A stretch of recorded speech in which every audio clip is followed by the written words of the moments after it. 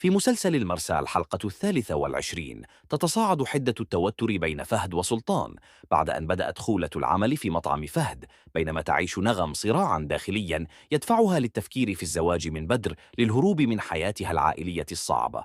رغم الانفصال بين سلطان وخولة، لم يتمالك سلطان أعصابه عندما شاهدها تتحدث مع صديقه فهد الذي كان قد أنقذ ابنه ريان بعدما سقط في الحديقة. واجهها سلطان بعصبية شديدة، مؤكدا لها أنه حتى لو انفصلا فهي تظل أم عياله.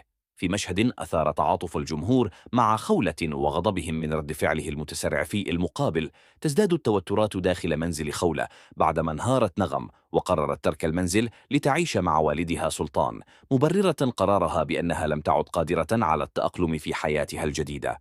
وبالفعل توجهت نغم إلى منزل والدها وأخبرته برغبتها في الإقامة معه، لكن رده جاء صادما حين قال: أنا الحين متزوج ونوال شريكة معايا في هذا البيت، موضحا لها أنه يرى أن بقاءها مع والدتها أفضل في هذه المرحلة، لأنها تحتاج إلى وجود أمها أكثر من أبيها في سياق آخر. يحاول زياد تكوين فرقة موسيقية من طلاب المدرسة للمشاركة في مسابقة فنية، رغم محاولات زميله محمود المستمرة في إحباطه والتقليل من قدراته، ما يعكس خطا دراميا جانبيا يحمل رسالة عن الإصرار على تحقيق الأحلام.